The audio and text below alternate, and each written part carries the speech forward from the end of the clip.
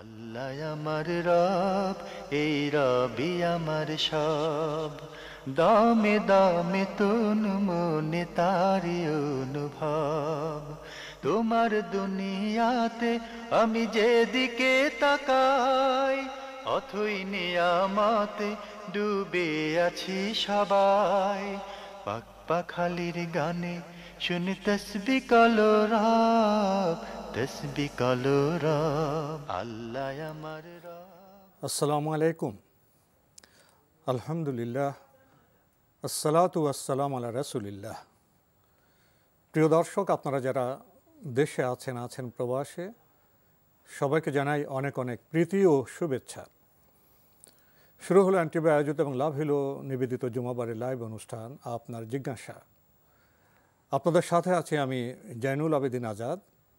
আর আপনাদের মনে জায়গা প্রশ্নের, জিজ্ঞাসার সরাসরি জবাব দিচ্ছেন বিশিষ্ট আলেম ডক্টর মোহাম্মদ সাইফুল্লাহ। আসসালামু আলাইকুম ওরহমতুল্লাহি ওবারাকাতুহ। প্রিয় দর্শক, আমাদের আজকের প্রাসঙ্গিক আলোচনার বিষয় রমজান মুবারক। চলুন তাহলে জিজ্ঞাসার আলোকিত ভুবনে আমরা প্রশ্ন নিচ্ছি। আসসালামু আলাইকুম, পরিচয় দিয়ে প্রশ্ন করুন। আসসালামু আলাইকুম। ওয়ালাইকুম আসসালাম। বলতেছি, আমার দুটো প্রশ্ন।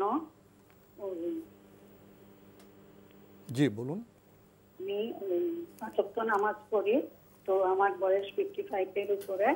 তো আমি 5 ওয়াক্ত নামাজের মধ্যে আসরের 4 রাকাত ফরজ করি, আর ইশারেরও 4 রাকাত সুন্নতটা বাদ দিয়ে বাকিগুলি পড়ি। তো এটাতে আমার কোনো গুনাহ হবে কিনা? আর আর জি আর আরেকটা প্রশ্ন, আমি সূরা না, আপনি একটু থামবেন। আপনি গুনার প্রশ্ন কেন আনলেন? আপনি তো ফরজ নামাজ পড়ছেন, আপনি গুনার যে মনে যেন কেন আসছে, কোনো গুনাহ হবে কিনা চাই আপনাদের থেকে এটা জানতে চাই। না, আমিও আপনার থেকে স্পষ্ট জানতে চাচ্ছি কোন কারণে আপনি গুনাহ মনে করছেন, কি কারণে? ওই যে সবাই 8 রাকাত পরে, এটার জন্য আমি মনে আসছিল। ওই আসর নামাজ আপনি 4 রাকাত পড়েন, এই তো? জি জি জি, জি, এবার বুঝতে পেরেছি। জি জি, পড়ি না, এবার বুঝতে পেরেছি। আপনার কি আর কোনো প্রশ্ন আছে? আরেকটা প্রশ্ন হচ্ছে, আমি সূরা মুলক পড়ি প্রতি রাতে। তো অনেকে বলে ঘুমের আগে পড়ার জন্য, কিন্তু এটা আমি এশারের নামাজের পর পড়ি। এতে বাংলাটা পড়তে হবে কিনা এবং আমার কোনো এটাতে ফজিলতগুলি কম হবে কিনা? আপনি এশার পরে পড়েন না? এশারের নামাজের পরে। জি, ধন্যবাদ আপনাকে। এ বিষয়ে বোধহয় আপনি আগে একবার প্রশ্ন করেছিলেন। যাক, আমরা তো আপনার প্রশ্ন জবাব দিয়েছিলাম বোধহয়। আপনি বলছেন যে আপনি আসর নামাজ 4 রাকাত ফরজ পড়েন, 4 রাকাত সুন্নত পড়েন না, এতে আপনার কোনো গুনাহ হবে কিনা? না, আসরের সালাতে 4 রাকাত সুন্নাহ না পড়লে গুনাহ হবে না। এটাকে সমস্ত আহলে ইলম বলেছেন জাওয়াইদ, অতিরিক্ত। সুতরাং অতিরিক্ত কোনো নফল ইবাদত যদি কেউ না করেন, এর জন্য তিনি গুনাহগার হবেন না, সওয়াব পাবেন না, বা এর যে ফজিলত আছে সেই ফজিলত পাবেন না। বাকি গুনাহ হবে না, কোনো সন্দেহ নেই ইনশাআল্লাহ তাআলা। আপনি আরও প্রশ্ন করেছেন সূরা মুলক আপনি এশার পরে পড়েন।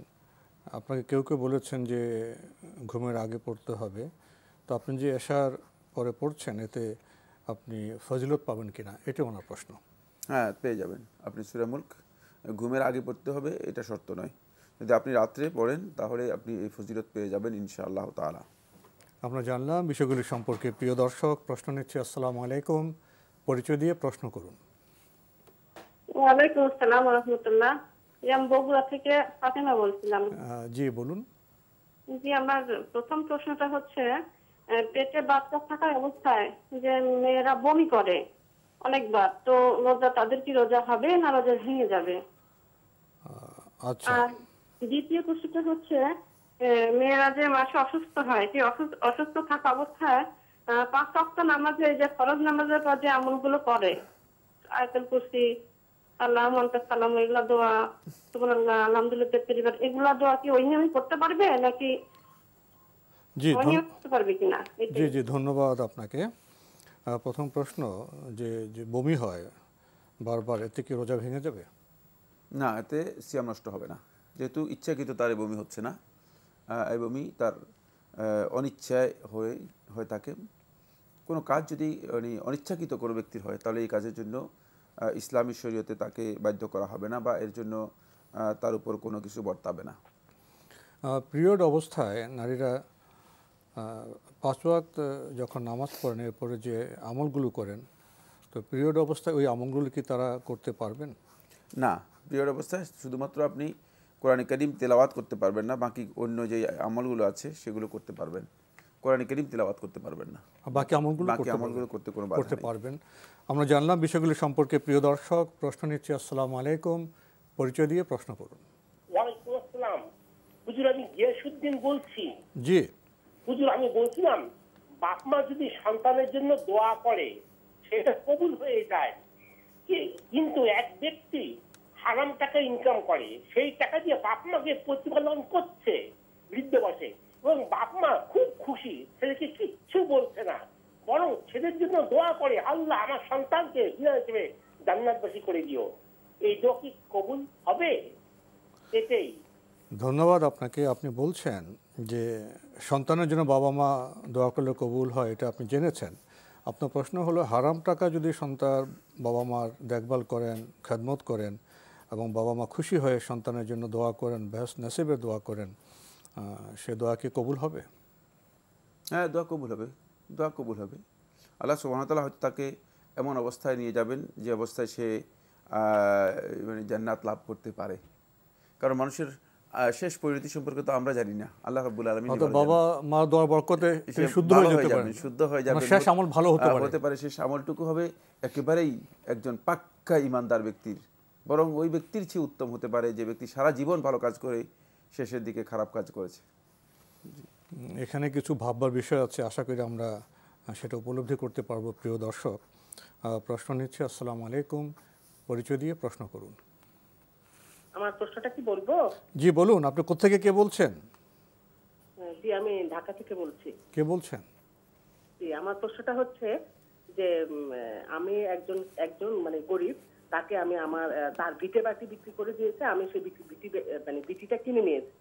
কিনে নেওয়ার পরে এখন সে আর ওটা মানে কথা ছিল যে সে আমার কাছ থেকে সেটা আবার কিনে নেবে, তো এখন কিনে নেওয়ার মতো সামর্থ্য তার নাই। এখন বর্তমান বাজার মূল্য, এটার মূল্য হচ্ছে প্রায় ৬-৭ লাখ টাকা। আমি কি আমার জাকাতের বিনিময়ে তাকে এই জিনিসটা দিয়ে দিতে পারবো? এই জিনিসটা কি? জমি, মানে থাকার ভিটে বাটি। ভিটে বাটি না? জি জি।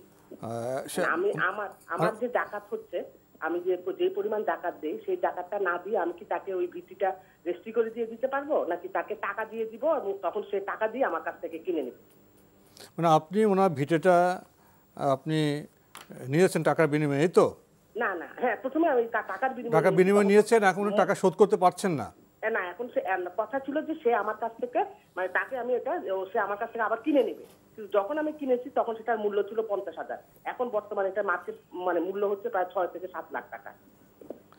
এখন আপনি চাচ্ছেন যে আপনার জাকাতের টাকাটা ওনাকে দিয়ে দিবেন, এই তো? হ্যাঁ হ্যাঁ, উনি সম্পদশালী হবেন। আমাকে একটু বুঝুন প্রিয় দর্শক, আমাকে একটু বুঝুন। আপনি এখন চাচ্ছেন, উনি তো এখন অভাবে দরিদ্র, তাই না? উনি এখন যদি অভাবে দরিদ্র হয়, জাকাত পাওয়ার মতো উপযুক্ত হন, আপনি আপনার জাকাতের টাকা ওনাকে দিয়ে দিবেন। যদি মালিকানা দিয়ে দেন, তারপর ওই টাকা দিয়ে আপনার জমি উনি যদি বাবদ দিয়ে দেয়, এটা হবে কিনা, এই তো আপনি জানতে চাচ্ছেন? এখন মার্কেট মূল্য এটা, ওইটা আমরা বুঝেছি, ওটা আমরা বুঝেছি। এখন মার্কেট মূল্য 6-7 লাখ টাকা, আপনার থেকে নিয়েছিলেন 50,000 টাকা। আপনি এখন ওই 50,000 টাকা উনি আপনাকে দিলে আপনি ছেড়ে দেবেন, এই তো? না, আমি 50,000 টাকা দিলে ছেড়ে দেব না, আমি দিব সেটা বলে। এখন এটা আমি বিক্রি করতে গেলে মার্কেটে এত টাকা, কিন্তু এত টাকা দিয়ে কিনতে পারবে না। আপনার কথা বলতে আমরা শুনতে পেরেছি 2-3 বার, কারণ আমাদের তো একটু শুনুন। এখন তো আপনার থেকে নিয়েছিল 50,000, এখন বাজার মূল্য 6-7 লাখ টাকা, এটা তথ্য আমরা জেনেছি। এখন জানার বিষয় হলো, উনি যদি আপনাকে 50,000 টাকা দেয়, আপনি কি ভিটে মাটি ওনাকে দিয়ে দেবেন? না, আমি দিব না। কত দিলে দিবেন? 6-7 লাখ? মানে এখন মার্কেট প্রাইস 6-7 লাখ টাকা। জি জি, ধন্যবাদ আপনাকে। তাহলে আমি তাকে ছেড়ে দিব। ধন্যবাদ। 4 লাখ টাকা দেওয়ার মতো তার যেহেতু সামর্থ্য নেই, আমি যেহেতু জাকাত দেই, তাহলে তার বিনিময়ে কি আমি তাকে এটা দিতে পারবো কিনা? ধন্যবাদ আপনাকে। হ্যাঁ, আমি ওনার প্রশ্ন পেয়েছি। ওনার প্রশ্ন খুবই স্পষ্ট। সেটি হচ্ছে যে ওনার যে সম্পদ আছে, এই সম্পদ জাকাতের বিনিময়ে একজন দরিদ্র মানুষকে দিতে পারবেন কিনা। অবশ্যই দিতে পারবেন। সেক্ষেত্রে জাকাতের মানে আপনি যখন জমিনের যে মূল্য আছে সেই মূল্য নির্ধারণ করবেন, অবশ্যই সেখানে যেই মানে প্রচলিত যে মূল্য আছে এবং যেটি সকলের কাছে জানা মূল্য আছে, সেই মূল্যই আপনি নির্ধারণ করে তাকে ওই মূল্যের জাকাতের এগেনিস্টে তাকে আপনি এই সম্পদ বুঝিয়ে দিতে পারবেন। রেজিস্ট্রি করে দিতে কোনো ধরনের বাধা নেই, আপনার জন্য জায়েজ আছে। আমরা জানলাম বিষয়টি সম্পর্কে। প্রিয় দর্শক, প্রশ্ন নিচ্ছে। আসসালামু আলাইকুম, পরিচয় দিয়ে প্রশ্ন করুন। আসসালামু আলাইকুম। ওয়ালাইকুম আসসালাম। আমি নওগাঁ থেকে রনি বলছি। জি ভাইয়া বলুন। আমার প্রশ্ন, সাহরির সময়, বিশেষ করে রমজান মাস সামনে আসছে, জি, বর্তমানে আমাদের গ্রামের অনেক মসজিদে শেষ রাতে 1-1.5 ঘন্টা একটানা গজল কেরাত পড়া হয় ও ডাকডাকি করা হয়। বিষয়টি আমার কাছে খুবই নিন্দনীয় ও আপত্তিকর কাজ। কারণ অনেকে সাহরির এ সময়ে খাওয়ার আগে বা পরে তাহাজ্জুদের সালাত আদায় করেন বা তিলাওয়াত করেন। কেউ বা সাহরি খেয়ে ঘুমিয়ে পড়েন, কারণ সকালে তার কাজ আছে। অনেক অসুস্থ মানুষ থাকেন, এরা সকলেই এরূপ একটানা আওয়াজে ক্ষতিগ্রস্ত হন। জি জি, বান্দার হকের দিকে আমাদের বিশেষ লক্ষ্য রাখা দরকার। আপনার প্রশ্নটা কি বলবেন? এই বিষয়টি ঠিক হচ্ছে কিনা, এই তো প্রশ্ন আপনার? হ্যাঁ হ্যাঁ। ধন্যবাদ আপনাকে। আর কোনো প্রশ্ন আছে? না, কোনো প্রশ্ন নেই। ধন্যবাদ। আপনি একটি সমাজচিত্র অঙ্কন করেছেন যে সাহরির সময় আপনাদের এলাকায় মসজিদে অনেক গজল গান ইত্যাদি হয় 1-1.5 ঘন্টা ব্যাপী কন্টিনিউয়াস। তো এটা আপনার কাছে খুব আপত্তিকর ঠেকেছে। এতে ইবাদতের অসুবিধা হয়, অসুস্থ ব্যক্তিদের ক্ষতি হয়। এই যে কাজটি ওনারা করছেন মসজিদে মাইকে, এটা কি ঠিক আছে? না, ইসলামী শরিয়ার সাথে এর কোনো সম্পর্ক নেই। এটা শরিয়ার কোনো বিধান নয়। ফরজ, ওয়াজিব, সুন্নত, নফল, মুস্তাহাব কোনো কিছুই না। সেক্ষেত্রে আপনি মসজিদ কর্তৃপক্ষকে এই বিষয়টি দৃষ্টি আকর্ষণ করতে পারেন। উচিত নয় এ ধরনের কাজ করা। বিশেষ করে এক টানা যদি 1 ঘন্টা 1.5 ঘন্টা গান গজল সঙ্গীত নাশিদ অথবা বিভিন্ন ধরনের হই হুল্লোড় করা হয় থাকে, আবেগের প্রকাশ করে মাইকে করা হয় থাকে, তাহলে এতে অনেক অসুস্থ ব্যক্তি ক্ষতিগ্রস্ত হতে পারে, অনেক মানুষের ঘুম ব্যাঘাত হতে পারে। এখানে শিশুরা আছে, শিশুদের ক্ষতি হতে পারে, তারপর এখানে শব্দ দূষণ হতে পারে। এই কাজগুলো আসলে আমাদের লোকদের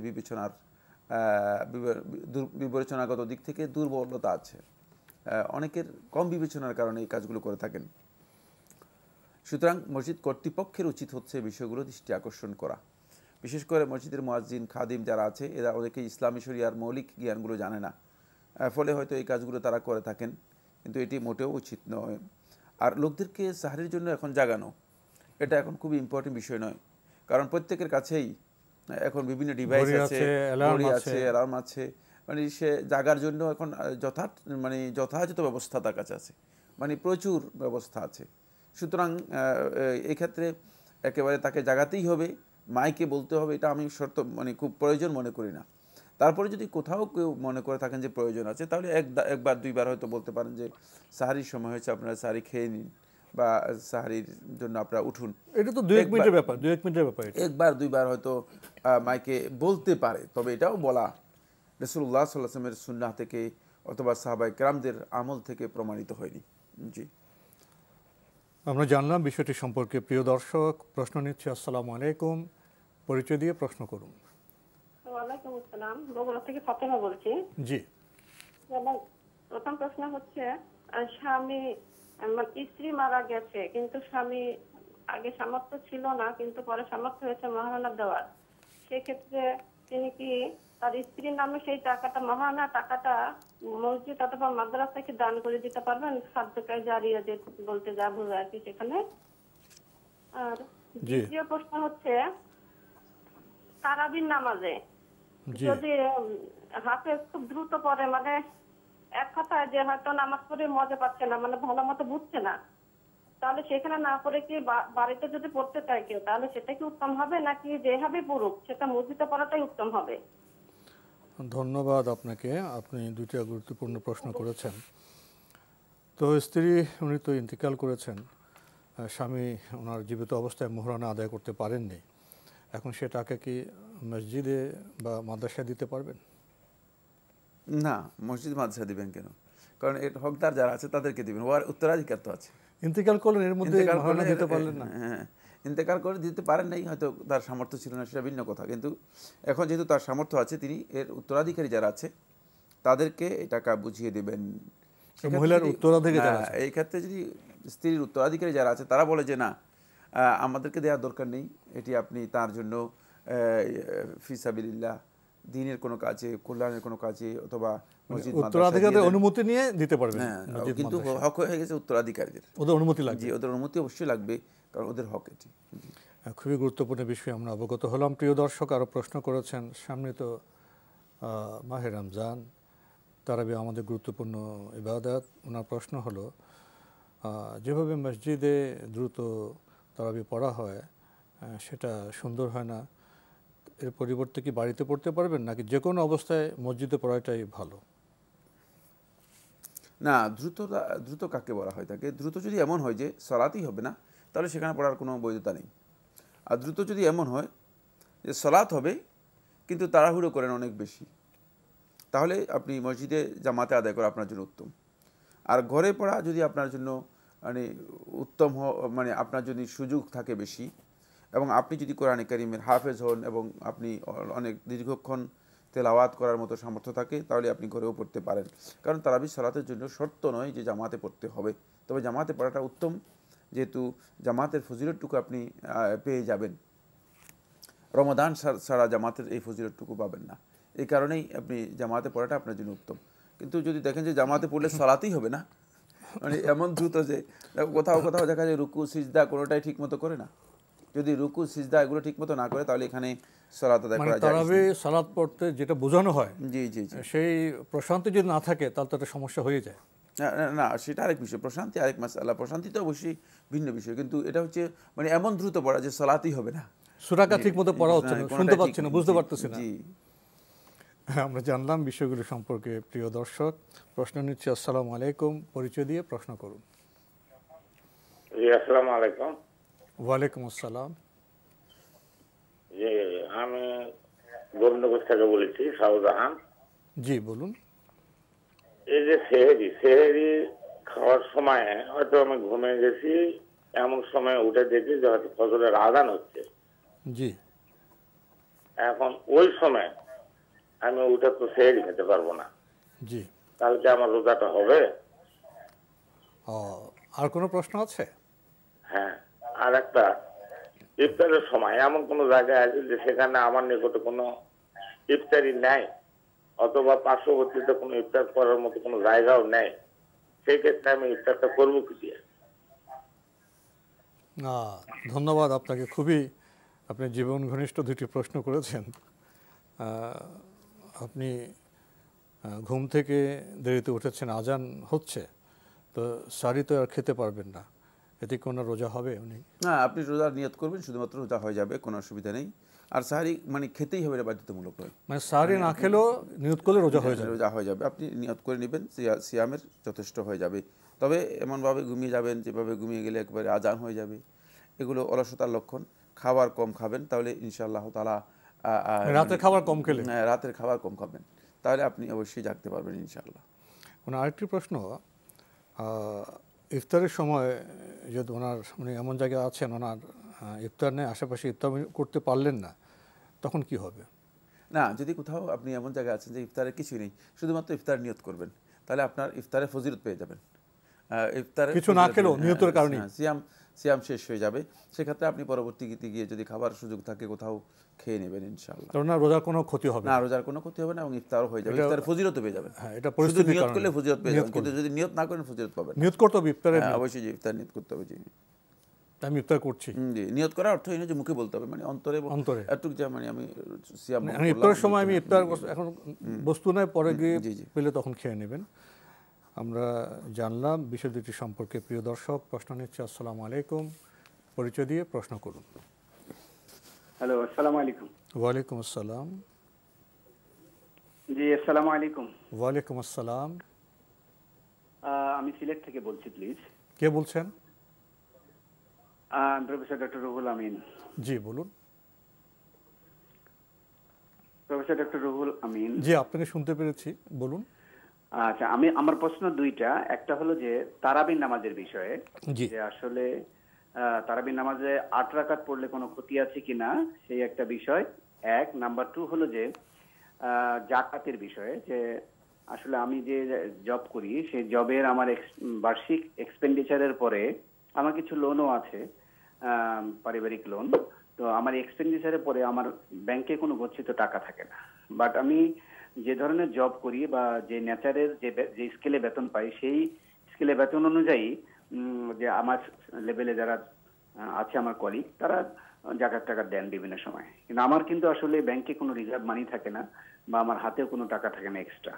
বাট আমার গ্রামে মাঠে জমি আছে কিছু, সেই জমির আমি বর্গা দিই, সেই বর্গার ধানে ওসর দেওয়া হয়। কিন্তু আমি এখানে জাকাত আমার হবে কিনা, জাকাত দেওয়ার অব্লিগেশন আছে কিনা, এই বিষয়টা একটু যদি জানাই দেন। ধন্যবাদ আপনাকে। খুবই গুরুত্বপূর্ণ দুটি প্রশ্ন আপনি করেছেন। প্রথমে, তারাবি 8 রাকাত পড়লে হবে কিনা? তারাবি সালাত 8 রাকাত, আপনি 8 রাকাত, 12 রাকাত, 20 রাকাত পড়তে পারেন, কোনো অসুবিধা নেই। তবে রাকাত এখানে উদ্দেশ্য নয়, উদ্দেশ্য হচ্ছে তারাবির কোয়ালিটি, মানে আপনি কতক্ষণ কিয়াম করলেন, কতক্ষণ দাঁড়িয়ে নামাজ পড়লেন, কতক্ষণ সত্যিকার আল্লাহ রাব্বুল আলামিনের সন্তুষ্টির জন্য কিয়ামুল লাইল, রাত্র জেগে দাঁড়িয়ে সালাত আদায় করলেন, এটা হচ্ছে এখানে উদ্দেশ্য। 8 রাকাত পড়লেন 8 মিনিটে, তাহলে আপনি ক্ষতিগ্রস্ত হলেন।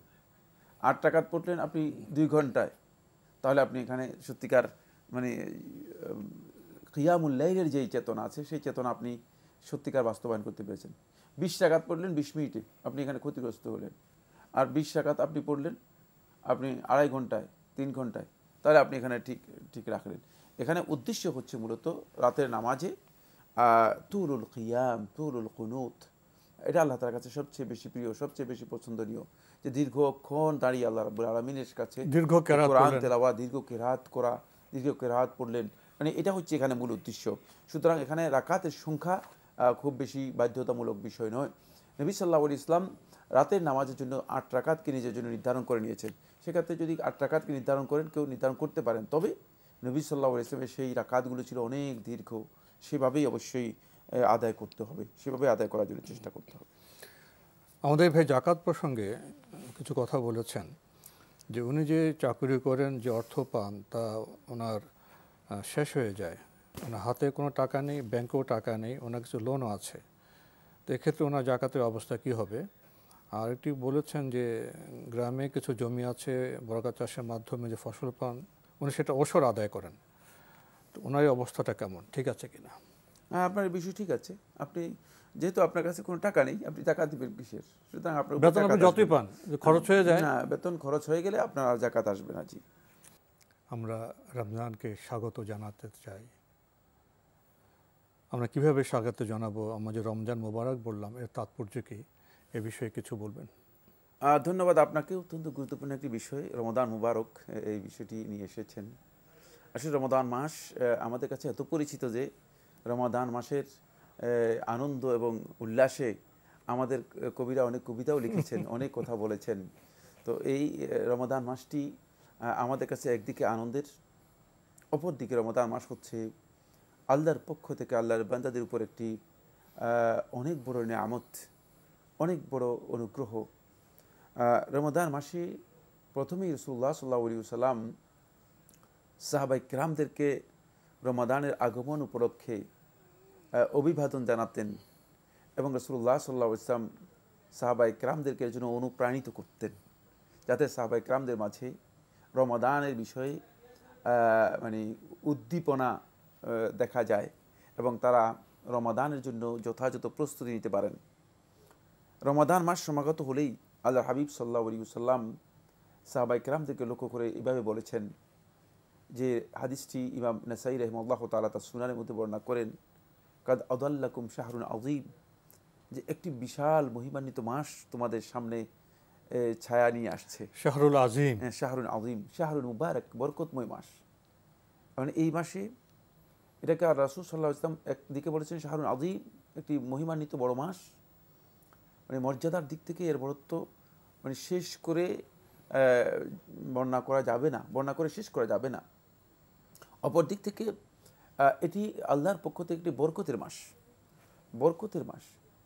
ফলে রাসূলুল্লাহ সাল্লাল্লাহু আলাইহি ওয়াসাল্লাম সাহাবায়ে কিরামদেরকে আগেই সতর্ক করে দিতেন, শাহরুন ফিহি লাইলাতুন খায়রুম মিন আলফি শাহর। রাসূল সাল্লাল্লাহু আলাইহি ওয়াসাল্লাম সাথে সাথে তাদেরকে স্মরণ করে দিতেন যে এই মাসটা শুধু একটি মাস নয়, এই মাসের একটি রাতেই 1000 মাস। সুতরাং এটি সমুদ্রের মধ্যে মহাসমুদ্র লুকায়িত আছে। সমুদ্রের মধ্যে মহাসমুদ্র লুকিয়ে আছে। সেটা হলো এই যে এই মাসের মধ্যেই হাজার মাস লুকায়িত আছে। সুতরাং আল্লাহ নবী সাল্লাল্লাহু আলাইহি ওয়াসাল্লাম এটাও সাহাবায়ে কেরামদেরকে স্পষ্ট করে জানিয়ে দিতেন যে শাহরুন ফিহি লাইলাতুন, যে এমন একটি মাস যেই মাসের মধ্যে একটি রাত্রি আছে খায়রুম মিন আলফি শাহর, হাজার মাসের চেয়েও শ্রেষ্ঠ। যদি আমরা এটা বুঝতে পারি তাহলে আমরা বুঝতে পারবো যে এই মাসকে আমাদেরকে কত বেশি গুরুত্ব দিতে হবে, যে আমাদের জীবনের জন্য এটা অত্যন্ত গুরুত্বপূর্ণ একটি বিষয়, যে এই মাসের একটি রাত্রি 1000 মাসের চেয়ে, যদি আপনি এটাকে মানে গাণিতিক দিক থেকে হিসাব করেন তাহলে 1000 মাসের চেয়ে উত্তম। আর যদি এটাকে আপনি চেতনাগত দিক থেকে এটাকে আপনি নিয়ে আসেন তাহলে এটা হচ্ছে 1000 মাস বলতে বোঝানো হচ্ছে বহু মানে জীবনের বহু সময়, বিশাল একটি সময়ের চেয়ে ওটি উত্তম যদি আমরা এই রাতটাকে সত্যিকারভাবে মূল্যায়ন করতে পারি এবং এই রাতের আমরা আমল করতে পারি, যেটাকে লাইলাতুল কদর হিসেবে রাসূলুল্লাহ সাল্লাল্লাহু আলাইহি ওয়াসাল্লাম বলেছেন। এটা হলো প্রথম পয়েন্ট। দ্বিতীয় নম্বর পয়েন্ট হচ্ছে বন্ধুগণ, ফলে আল্লাহ রাসূল সাল্লাল্লাহু আলাইহি ওয়াসাল্লাম রমাদান মাসে রাসূলুল্লাহ সাল্লাল্লাহু আলাইহি ওয়াসাল্লাম শুরুতেই আরেকটি আমেজ অথবা আরেকটি আবহাওয়া তৈরি করতেন। সে আবহাওয়াটা খুবই সুন্দর, সেটা হলো রমাদান মাসে চাঁদ দেখার আনন্দ। এটি আগে আমরা আমাদের সমাজে আমরা দেখেছি যে মানুষ চাঁদ দেখার জন্য মাঠে চলে যেত এবং লোকেরা চাঁদ দেখার জন্য একটা আনন্দ উপভোগ করত, কিন্তু ইদানিং এগুলো আস্তে আস্তে হারিয়ে যাচ্ছে। এই দেয়াল ঘেরা ভবন ঘেরা শহরে কোথায় আকাশ কোথায় চাঁদ। তো এই যে চাঁদ দেখার বিষয়টি আল্লাহ রাসূল সাল্লাল্লাহু আলাইহি ওয়াসাল্লাম খুবই গুরুত্ব দিয়েছেন। চাঁদ দেখার পরে কি মোনাজাত করার কোনো বিষয় আছে? তালহা ইবনে উবাইদিল্লাহ রাদিয়াল্লাহু তাআলা আনহু বর্ণনা করেন, তিনি বলেন যে রাসূলুল্লাহ সাল্লাল্লাহু আলাইহি ওয়াসাল্লাম ইরশাদ করেছেন, ইজা রাআ আহাদুকুমুল হিলাল, যখন তোমাদের মধ্যে কোনো ব্যক্তি চাঁদ দেখবে, ওয়া ফি লাফজিন ইজা রাআ নবী সাল্লাল্লাহু আলাইহি ওয়াসাল্লাম হিলাল, নবী সাল্লাল্লাহু আলাইহি ওয়াসাল্লাম যখন চাঁদ দেখতেন তখন নবী সাল্লাল্লাহু আলাইহি ওয়াসাল্লাম বলতেন, আল্লাহুম্মা আহিল্লাহু আলাইনা বিল আমনি ওয়াল ঈমান ওয়াস সালামাতি ওয়াল ইসলাম রাব্বি ওয়া রাব্বুকাল্লাহ হিলালু রুশদিন ওয়া খাইর। হাদিসটি ইমাম তিরমিজি রাহমাতুল্লাহ তার সুনানের মধ্যে বর্ণনা করেছেন। বর্ণনার পর ইমাম তিরমিজি রাহমাতুল্লাহ বলেছেন হাদিসুন হাসান, উত্তম একটি হাদিস, হাদিসের সনদ দিক থেকে গ্রহণযোগ্য। হাদিসে তিনি বলেন যে রাসূলুল্লাহ সাল্লাল্লাহু আলাইহি ওয়াসাল্লাম যখন চাঁদ দেখতেন তখন বলতেন, হে আল্লাহ, এই চাঁদকে আপনি নিরাপত্তা এবং ঈমানের সাথে আমাদের উপর এই চাঁদটাকে আবর্তন করুন, মানে এই চাঁদটা যাতে আমাদের উপর উদিত হয় এবং আমরা যাতে সুস্থ থাকতে পারি এবং ইসলামের উপর থাকতে পারি, আমাদেরকে সেই তৌফিক দান করুন। রব্বি, আমার রব এবং তোমার রব, এই চাঁদ মানে আমার রব এবং তোমার রব দুজনই আল্লাহ, সুতরাং আমরা আমাদের রবের দিক থেকে এক, সুতরাং যেন আল্লাহ রাব্বুল আলামিনের সত্যিকার ইবাদত করতে পারি, এই জন্য আল্লাহর বান্দা এই ঘোষণা দিবে। তারপরে রাসূলুল্লাহ সাল্লাল্লাহু আলাইহি ওয়াসাল্লাম বলেন, হিলালু রুশদিন ওয়া খাইর, চাঁদটি যেন আমাদের জন্য হেদায়েত এবং কল্যাণের মানে বাহন হতে পারে, তাহলে এখান থেকে যেটা আমরা কল্যাণ অর্জন করতে পারি। আল্লাহ নবী সাল্লাল্লাহু আলাইহি ওয়াসাল্লাম এই দিক নির্দেশনা দিয়েছেন।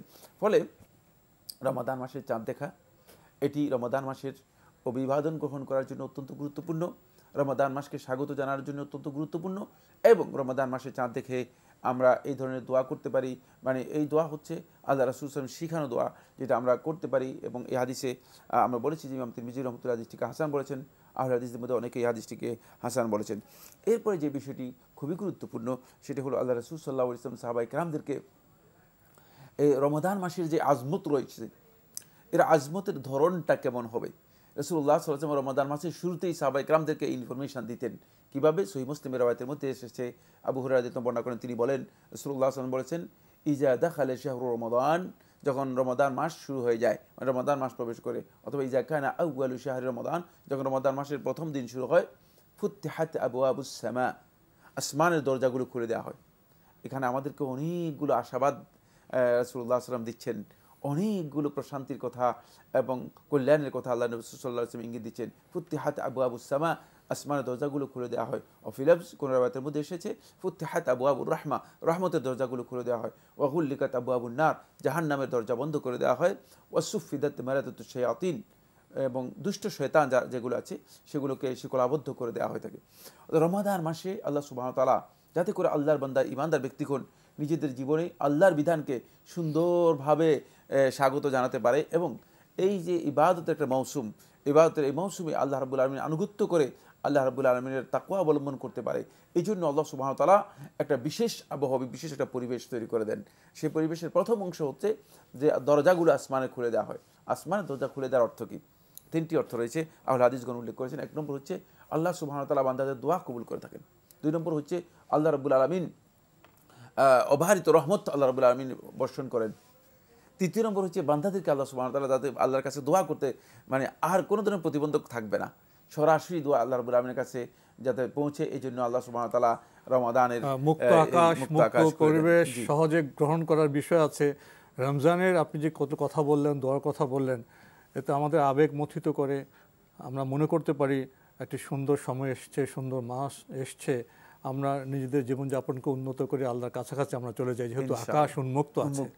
অনেক কথা শোনা আছে আপনার কাছ থেকে, সামনের সুযোগে ইনশাআল্লাহ আমরা আরও শোনার চেষ্টা করব। প্রিয় দর্শক, আমরা রমজান মোবারক প্রসঙ্গে কিছু কথা বললাম। নিশ্চয় আপনাদের হৃদয়েও রমজান অনুরণন ঘটাচ্ছে, রমজানকে স্বাগত জানার জন্য আপনারা প্রস্তুতি নিচ্ছেন। আমরা আজকের এই সুন্দর সময় দোয়া করব আমাদের এবারে রমজান যেন সুন্দর হয়, সফল হয়। আমরা প্রশ্ন নিচ্ছি। আসসালামু আলাইকুম। প্রিয় দর্শক, পরিচয় দিয়ে প্রশ্ন করুন। জি জি, শেখ কামাল। জি বলুন। আমার দুইটা প্রশ্ন। একটা প্রশ্ন হলো যে এই রোজা, এটা হুজুর সাল্লাল্লাহু আলাইহি ওয়াসাল্লাম নির্দিষ্ট কয় রাকাত করেছিলেন? আরেকটা প্রশ্ন হলো জাহিরি বাতিনি পবিত্র থেকে, এটাও তো আমার প্রশ্ন। আপনি একটু ভাইয়া হবে কিনা ভাই, আপনি একটু দ্রুত অগ্রসর হচ্ছেন তো আমরা প্রশ্নটা বুঝতে পারিনি। আপনি কি আমাকে শুনুন তারপর কথা বলুন। আপনার প্রথম প্রশ্নটি একটু ধীরে বলবেন। প্রথম প্রশ্নটা হলো আমার যে হুজুর সাল্লাল্লাহু আলাইহি ওয়াসাল্লাম যে কয় রাকাত নির্দিষ্ট তারাবির নামাজ পড়েছেন, কয় রাকাত পড়েছেন নির্দিষ্ট করে? ও আচ্ছা আচ্ছা। আর একটা দ্বিতীয় প্রশ্ন হলো জাহিরি পবিত্র থেকে বাতিনি পবিত্র থেকে, ওইটা ছাড়া রোজা নামাজ হবে কিনা? জাহিরি পবিত্রতা, বাতিনি পবিত্রতা। জি ধন্যবাদ আপনাকে। আচ্ছা, আপনার প্রথম প্রশ্ন, রাসূল সাল্লাল্লাহু আলাইহি ওয়াসাল্লাম কি তারাবি নামাজ নির্দিষ্ট করেছেন কত রাকাত পড়তে হবে? রাসূলুল্লাহ সাল্লাল্লাহু আলাইহি ওয়াসাল্লামের কাছ থেকে তারাবির নামাজের রাকাত সংখ্যা সুনির্দিষ্টভাবে প্রমাণিত হয়নি। সহিহ কোনো সনদে আসেনি যে এত রাকাত রাসূলুল্লাহ সাল্লাল্লাহু আলাইহি ওয়াসাল্লাম তারাবির সালাত আদায় করেছেন। সুতরাং এটাকে রাসূলুল্লাহ সাল্লাল্লাহু আলাইহি ওয়াসাল্লাম ওপেন রেখে দিয়েছেন, মুক্ত রেখেছেন। সলাতুল লাইলি মাসনা মাসনা, রাসূলুল্লাহ সাল্লাল্লাহু আলাইহি ওয়াসাল্লাম বলেছেন যে রাতের নামাজ এটা 2 রাকাত করে পড়বেন। 2 রাকাত করে আপনি 4 রাকাতও পড়তে পারেন, 8 রাকাতও পড়তে পারেন, 12 রাকাতও পড়তে পারেন। এটাকে রাসূলুল্লাহ সাল্লাল্লাহু আলাইহি ওয়াসাল্লাম ওপেন রেখেছেন। রাসূলুল্লাহ সাল্লাল্লাহু আলাইহি ওয়াসাল্লামের হাদিসে এটি প্রমাণিত হয়নি যে রাসূলুল্লাহ সাল্লাল্লাহু আলাইহি ওয়াসাল্লাম এত রাকাত পড়েছেন। এই মর্মে যে রিওয়ায়াতগুলো উল্লেখ করা হয় থাকে সেগুলো একটিও সনদের দিক থেকে মানে সহিহ এর মানে উত্তীর্ণ হয়নি। আর আমরা জানি যে হাদিসের সনদ নিয়ে যথেষ্ট বিতর্ক রয়েছে এবং হাদিসগুলো পরবর্তী সময়ে বিভিন্ন জালিয়াতি হাদিসের মধ্যে দৃষ্টিভঙ্গির কারণে অথবা ঘরানার কারণে অথবা ফিরকাবন্দির কারণে অথবা বিভিন্ন মাযহাব বা বক্তব্যের স্কুল অফ থটের কারণে হাদিসের মধ্যে বিভিন্ন জালিয়াতি হয়েছে। ফলে পরবর্তী সময়ে যে বক্তব্যগুলো তৈরি হয়েছে সেগুলো একটিও হাদিসের যে মানে উত্তীর্ণ হওয়া দরকার ছিল সেই মানে উত্তীর্ণ হয়নি। তো সামগ্রিক যে আলোচনাটা হয়েছে সেখানে আমরা 8 টাকাতে পড়তে পারবো, 12, 16, 20, এখানে কোনো সমস্যা নেই।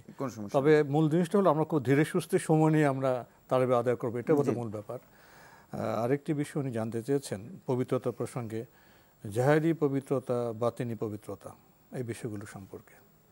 তিনি জাহিরি এবং বাতিনি দুই শব্দের অর্থ বুঝতে পেরেছেন কিনা? যদি বুঝতে পারেন তাহলে তার জাহিরি পবিত্রতা এবং বাতিনি পবিত্রতা বুঝতে হবে।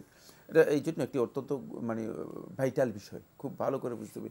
জাহিরি পবিত্রতা বলতে বোঝায় সেটা হচ্ছে মানে শরীয়তের যেই বাহ্যিক যে বিধিবিধানগুলো আছে সেগুলোকে যথাযথভাবে পালন করার নাম হচ্ছে জাহিরি পবিত্রতা, বাহ্যিক পবিত্রতা।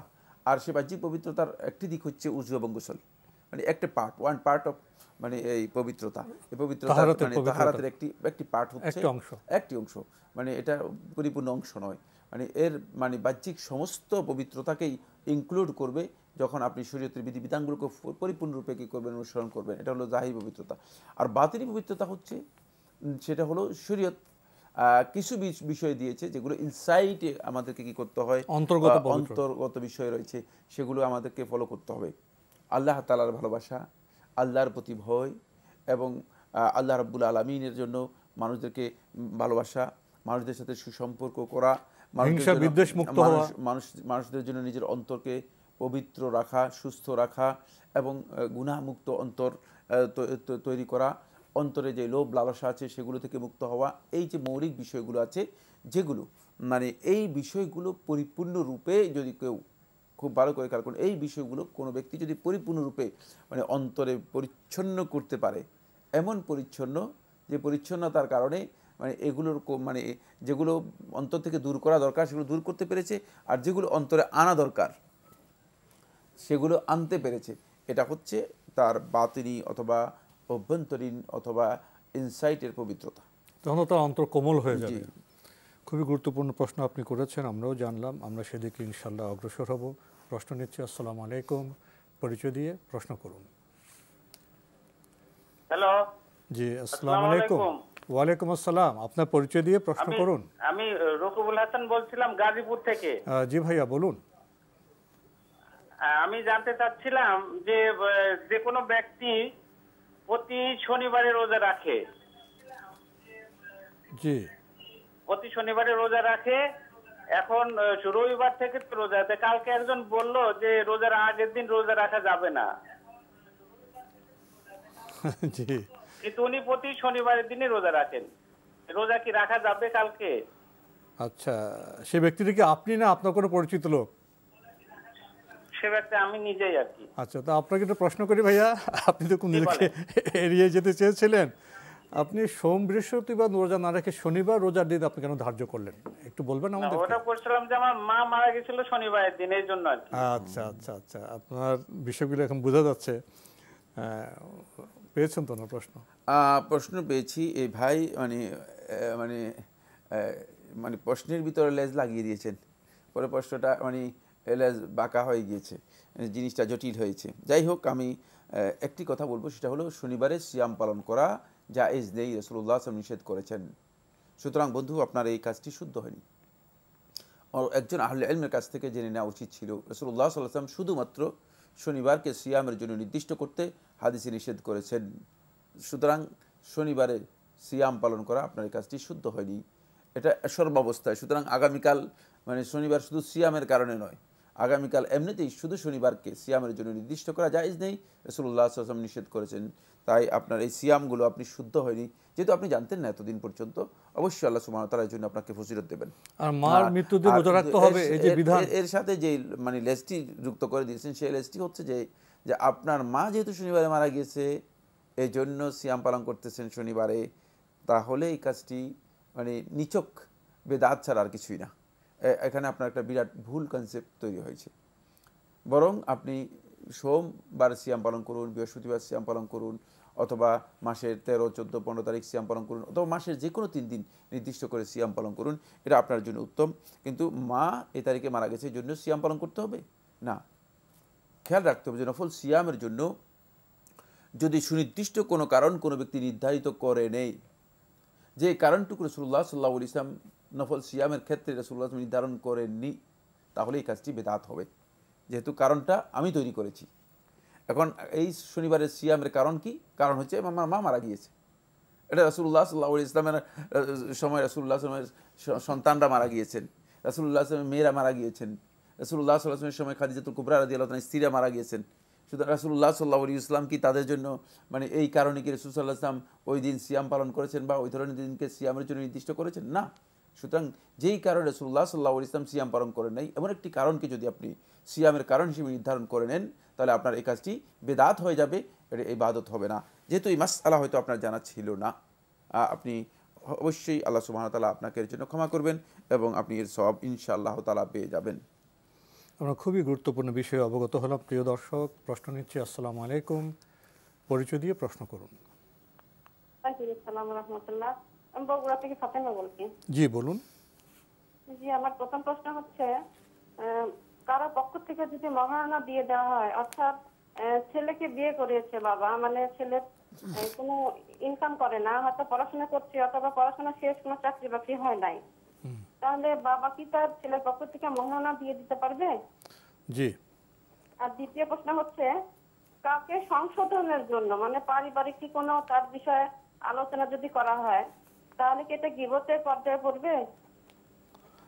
ধন্যবাদ আপনাকে, খুবই গুরুত্বপূর্ণ প্রশ্ন আপনি করেছেন। প্রথম প্রশ্ন, ছেলে তো বিয়ে করেছে, ইনকাম নেই, হয়তো ছাত্র, তো ছেলের পক্ষে বাবা যদি মোহরানা শোধ করে দেন সেটা কি হবে?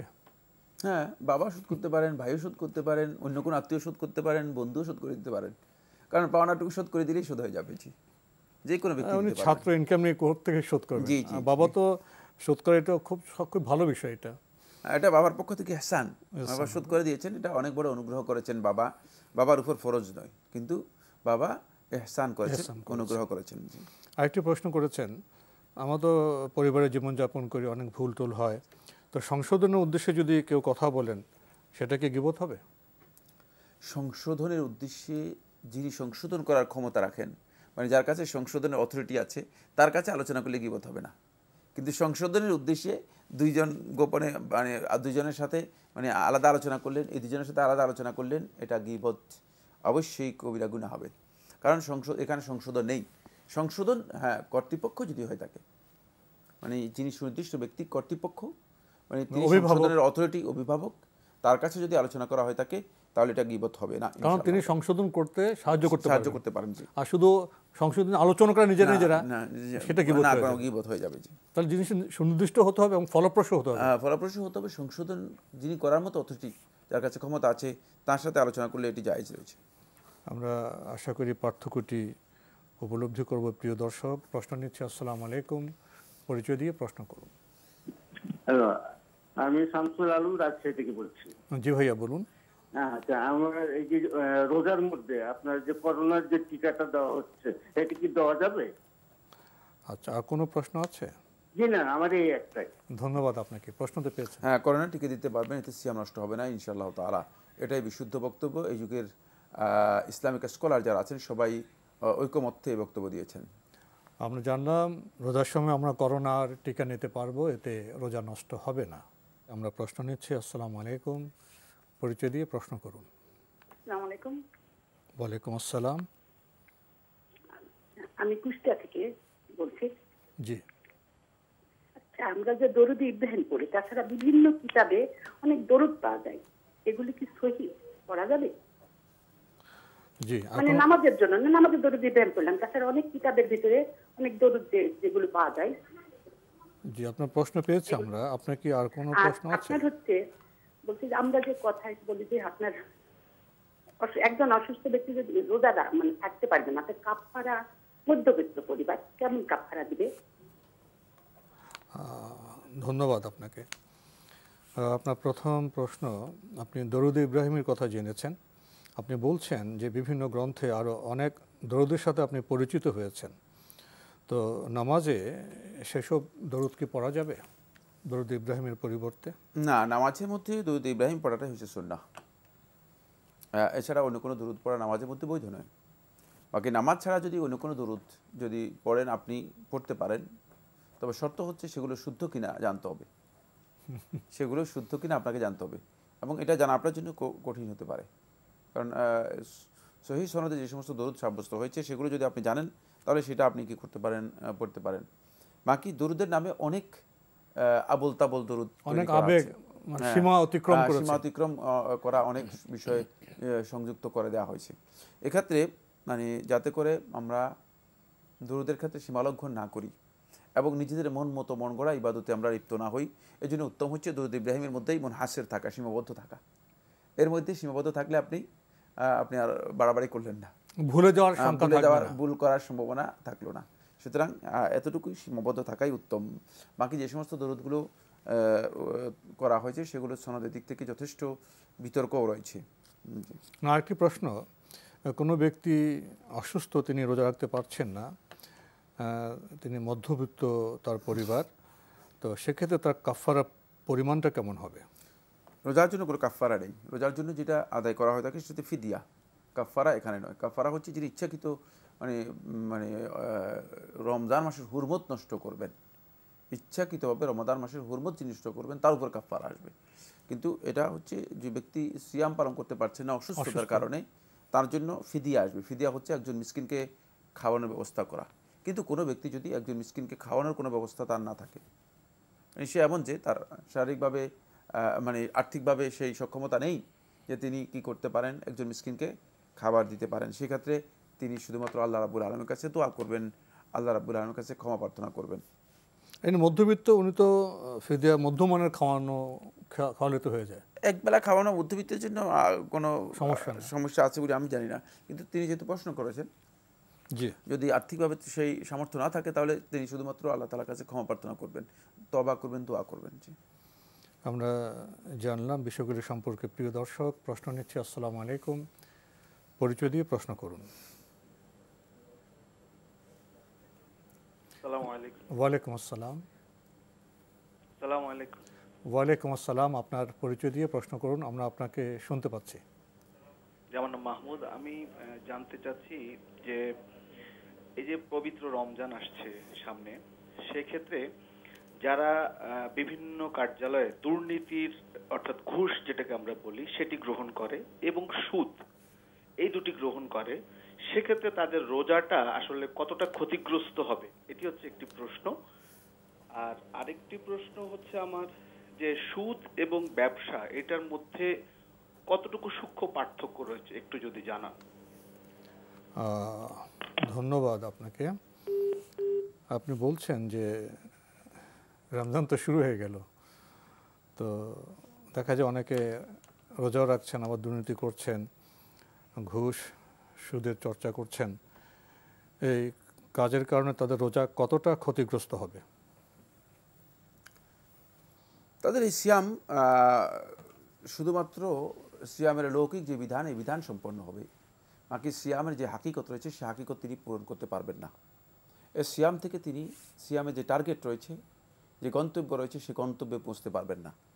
আমি মনে হয় বিষয়টা বুঝাতে পেরেছি।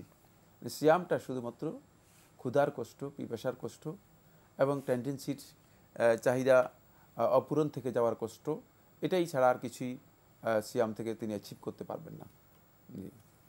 আরেকটি প্রশ্ন করেছেন, সুদ এবং ব্যবসা এর মধ্যে পার্থক্য কি? সুদ এবং ব্যবসার মধ্যে মৌলিক পার্থক্য হচ্ছে, সুদ হচ্ছে ঋণের এগেনিস্টে যে অতিরিক্ত গ্রহণ করা হয় সেটি সুদ। সুতরাং সুদের মধ্যে ঋণের চুক্তি থাকবে, সুদের মধ্যে ঋণের চুক্তি থাকবে।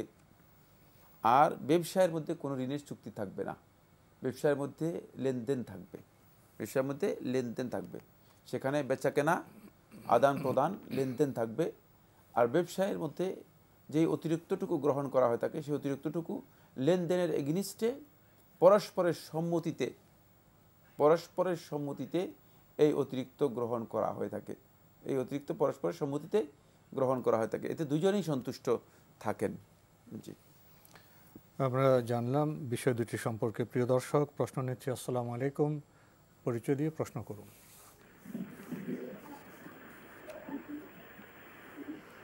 হ্যালো, আসসালামু আলাইকুম। ওয়ালাইকুম আসসালাম, আপনার পরিচয় দিয়ে প্রশ্ন করুন। আমি আব্দুর রব বলছি, চট্টগ্রাম থেকে। জি বলুন। আমি একজন মুসলমান, আমি রোজার মাস সামনে, কিন্তু আমি আরবিতে কোনো নিয়ত জানি না, বা দেখারও নিয়ত জানি না, খোলারও নিয়ত জানি না। এই ক্ষেত্রে আমার কি করতে হবে?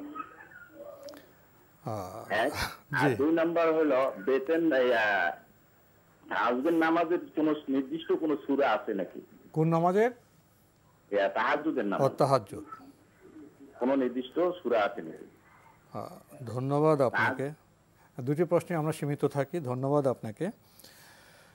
আপনি শুরুতে একটা শব্দ উচ্চারণ করেছেন, আমি মুসলমান, আমি রোজা রাখতে চাই, আমি আরবিতে নিয়ত করতে পারি না, এতে কোনো সমস্যা আছে কিনা? ধন্যবাদ আপনাকে, খুব সুন্দর প্রশ্ন করেছেন। না, নিয়তের জন্য আরবি নিয়ত করা শর্ত নয়, শুধুমাত্র অন্তরে ইচ্ছা করলেই আপনার সিয়ামের জন্য সিয়াম হয়ে যাবে, ইফতারের জন্য অন্তরে ইচ্ছা করলেই যথেষ্ট হয়ে যাবে। এর জন্য আরবিতে নিয়ত করতে হবে অথবা আরবি পড়তে হবে, এটি শর্ত নয়। বরং আরবিতে মুখে উচ্চারণ করে নিয়ত করা সহি কোনো হাদিস দ্বারা সাব্যস্ত না হওয়ার কারণে আহলুল ইলমের মধ্যে অনেকেই এটাকে বেদাত বলেছেন। সুতরাং আপনি যেহেতু আসলে নিজেকে মুসলিম পরিচয় দিয়েছেন, সেক্ষেত্রে ইসলামের মৌলিক বিধানগুলো জানা খুব দরকার।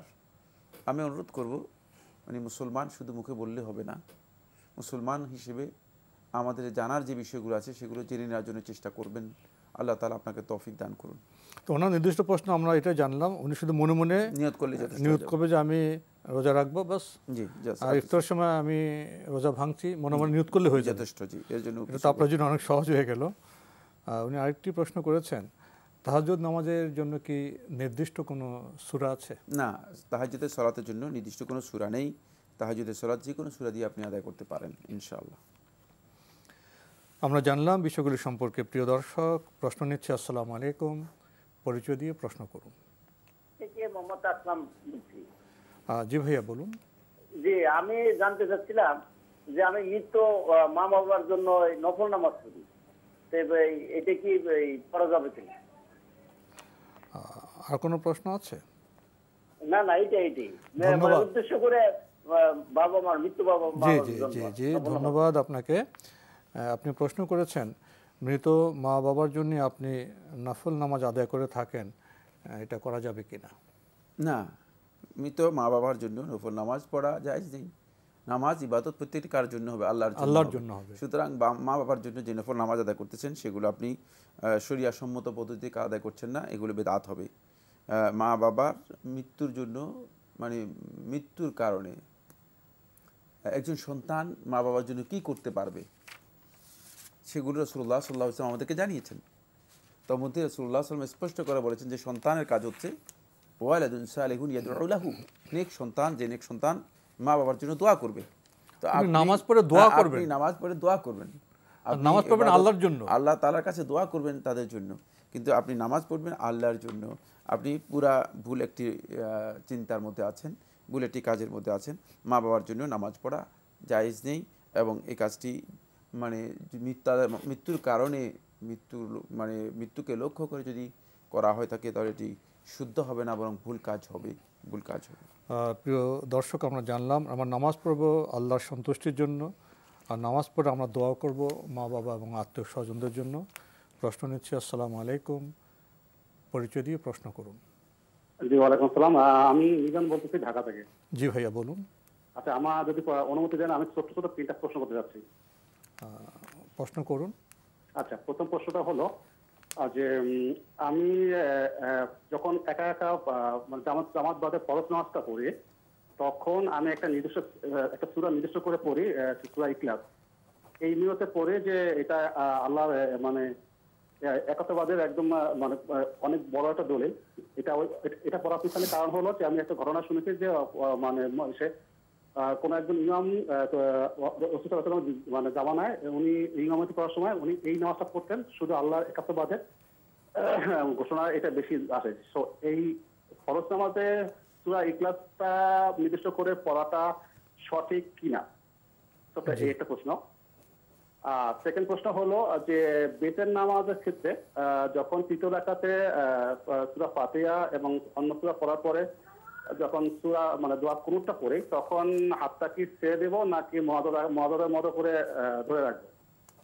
হ্যাঁ। আর তৃতীয় প্রশ্নটা হলো আমার যখন ফজর ওয়াক্তে যখন মসজিদে প্রবেশ করি, মসজিদে প্রবেশ করার পর তো তাহিয়াতুল সুন্নাত নামাজ যেটা আছে সেটা তো পড়ি। হ্যাঁ, এরপরে কি ফজরের ওয়াক্তে যে আমরা অন্য সবাই যে সুন্নাত নামাজটা পড়ে 2 রাকাত সেটা পড়বো কিনা? অর্থাৎ ফজরের ওয়াক্তে আপনার ফরজ নামাজের আগে কয় রাকাত মানে পড়বো, সুন্নাত নামাজ পড়বো? ধন্যবাদ আপনাকে। আপনার প্রথম প্রশ্ন, যখন আপনি একা একা নামাজ পড়েন সেখানে নির্দিষ্ট একটি সূরা পড়েন, সূরা ইখলাস, আল্লাহর একাত্মবাদের কথা এখানে বিশেষভাবে আছে, ঠিক আছে কিনা? ধন্যবাদ আপনাকে। আপনি যে বক্তব্যটি দিয়েছেন এটা সহিহ বুখারী হাদিস। সূরা ইখলাসকে যদি আপনি মানে ফরজ সালাতের মধ্যে নির্দিষ্ট করে নেন, করতে পারেন, জায়েজ আছে, যেহেতু সহিহ বুখারী সহিহ হাদিস দ্বারা প্রমাণিত হয়েছে। বাকি সূরা ইখলাসকে নির্দিষ্ট করে নিলে যেটা হবে সেটা হচ্ছে এই যে সালাতের মধ্যে আপনার মনোযোগ এবং সালাতের এই প্রতি আপনার আন্তরিক সম্পর্কটা এটি তুলনামূলকভাবে কমে যাবে। কারণ আপনি শুধুমাত্র সূরা ইখলাস পড়লে আপনি সবসময় সূরা ইখলাসের মধ্যে চলে যাবেন, তখন এটা একটা রুটিনের মতো হয়ে যাবে। এই কারণে সুনির্দিষ্ট না করে উত্তম হচ্ছে সূরা ইখলাস সহ আরও অন্যান্য সূরা, মাঝে মধ্যে ভিন্ন ভিন্ন সূরাও পড়া। তাহলে আপনার সালাতটি সলাতে মনোযোগের জন্য, সলাতের আন্তরিকতার জন্য, সলাতের খুশু খুজুর জন্য খুবই গুরুত্বপূর্ণ। এই বিষয়টি বুঝে আপনি সেটা করতে পারেন। কিন্তু যদি আপনি মনে করেন যে সূরা ইখলাস যেহেতু আল্লাহ রাব্বুল আলামিনের তাওহীদের কথা বলা হয়েছে, সেক্ষেত্রে সূরা ইখলাসকে যদি অন্য সূরার সাথে যুক্ত করেন সেটা আপনি করতে পারেন। আর এই মর্মে যে হাদিসটি উল্লেখ করেছেন এটি সহিহ বুখারী হাদিস। আমরা জানলাম আপনি আরও লিখেছেন বিতির নামাজে তৃতীয় রাকাতে যখন আপনি দোয়া কুনুত পড়বেন এরপরে কি আপনি হাত ছেড়ে দিবেন না কি করবেন? দোয়া কুনুতের ক্ষেত্রে হাত উঠানোর বিষয়টি হাদিস দ্বারা সাব্যস্ত হয়েছে। এক্ষেত্রে সাহাবায়ে কেরামদের আমলে সাব্যস্ত হয়েছে। দোয়া করার ক্ষেত্রে কেউ কুনুতের সময় হাত উত্তোলন করে দোয়া করবেন, এটা হচ্ছে সুন্নাহ, এটা সালাফদের আমল দ্বারা প্রমাণিত হয়েছে। সুতরাং দোয়া কুনুত যখন পড়বেন তখন তিনি এভাবে হাত উঠিয়ে দোয়া করবেন। ওনার শেষ প্রশ্ন, ফজরের ওয়াক্তে মসজিদে ঢুকে তিনি তাহিয়াতুল মসজিদ 2 রাকাত পড়বেন, এরপরে কি সুন্নত 2 রাকাত পড়বেন না আরও কোনো নামাজ পড়বেন? না, ফজরের ওয়াক্তে যখন মসজিদে যাবেন তখন ফজরের ওয়াক্তে আপনি তাহিয়াতুল মসজিদ এবং সুন্নাত একসাথে 2 রাকাতে পড়বেন, শুধুমাত্র 2 রাকাত পড়বেন, শুধুমাত্র ফজরের সুন্নাত 2 রাকাত পড়বেন। আর অতিরিক্ত কোনো নফল সালাত ফজরের আজানের পরে পড়া জায়েজ নেই, ফরজ সালাতের আগে। 2 রাকাত পড়বেন, 2টা নিয়ত করে? হ্যাঁ, 2টা নিয়ত করবেন, তাহিয়াতুল মসজিদ এবং সুন্নতের নিয়ত করে শুধুমাত্র 2 রাকাত পড়বেন। আলাদা তাহিয়াতুল মসজিদ 2 রাকাত, সুন্নত 2 রাকাত এভাবে পড়বেন না। আমরা জানলাম বিষয়টি সম্পর্কে। প্রিয় দর্শক, প্রশ্ন নিচ্ছি। আসসালামু আলাইকুম, পরিচয় দিয়ে প্রশ্ন করুন। ওয়ালাইকুম আসসালাম। লাইনে আছেন? জি। যেমন আপনাকে শুনতে পাচ্ছি, আপনার পরিচয় দিয়ে প্রশ্ন করুন। জি, ইনশাআল্লাহ। জি বলুন। জয়নুল আবেদিন, শেরপুর জেলা থেকে বলছিলাম। জি বলুন। বলুন। আমি জানতে চাইছিলাম, আমার 5-7 একর জমি আছে, এগুলি আমি আবাদ ফসল করি, কিন্তু আমার জমি কিছু বিক্রি করে আমি ব্যবসা বাণিজ্য করতেছি 5-7 লাখ টাকা দিয়ে। এই ক্ষেত্রে আমার যাকাত প্রযোজ্য কিনা?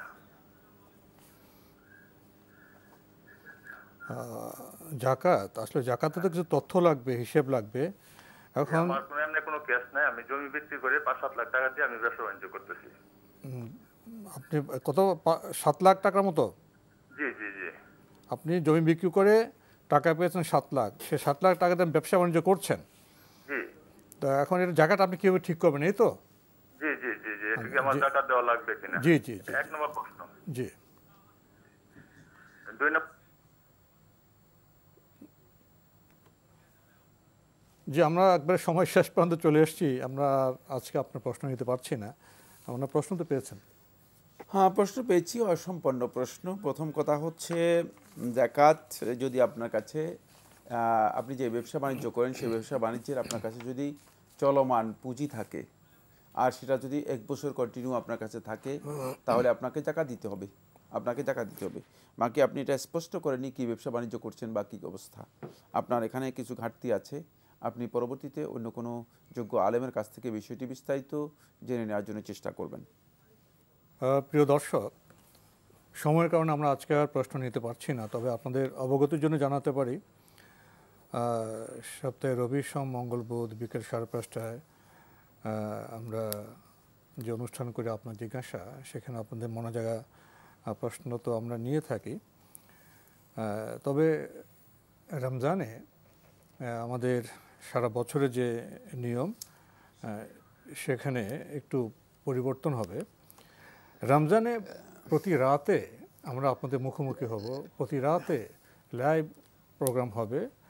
10:30টার যে বাংলা খবর সেটা যখন সমাপ্ত হবে, অর্থাৎ রাত 11:30টায়, রাত 11:30 পবিত্র রমজানের প্রতি রাতে আপনার জিজ্ঞাসা লাইভ সম্প্রচার হবে।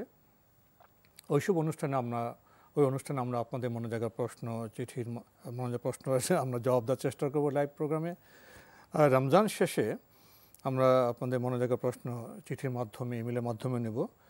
সেক্ষেত্রে আমাদের ঠিকানা পরিচালক আপনার জিজ্ঞাসা, NTBBSSC ভবন, 7ম তলায় 102 কাজী নজরুল ইসলাম এভিনিউ, কারণ বাজার, ঢাকা 1215। ইমেল অ্যাড্রেস আপনার জিজ্ঞাসা @ntbbd.com। এছাড়া এনটিভি অনলাইনেও আপনারা আমাদের অনুষ্ঠান দেখতে পারবেন। ভিজিট করুন www.ntvbd.com। ইউটিউবে এবং আমাদের ভেরিফাইড ফেসবুক পেজে অনুষ্ঠান দেখতে পারবেন। প্রিয় দর্শক, সবশেষে রয়েছে গ্রন্থ পরিচিতি। আমাদের আজকের গ্রন্থের নাম বিশ্বনবী সাল্লাল্লাহু আলাইহি ওয়াসাল্লামের দয়া ও ভালোবাসা। এই গ্রন্থটির মূল লেখক আল্লামা আবু আব্দুর রহমান।